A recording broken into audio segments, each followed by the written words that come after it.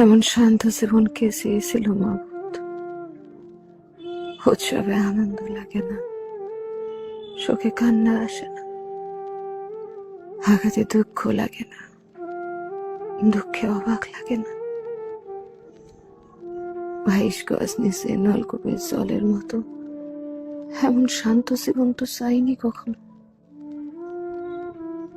আমার নদীর জলের মতো বানাইতে পারতাম, বাতাসে ঢেউ হইতাম, মানুষ আসতো, দেখতো, জোয়ার ভাটার মতো খোঁজখবর নিত।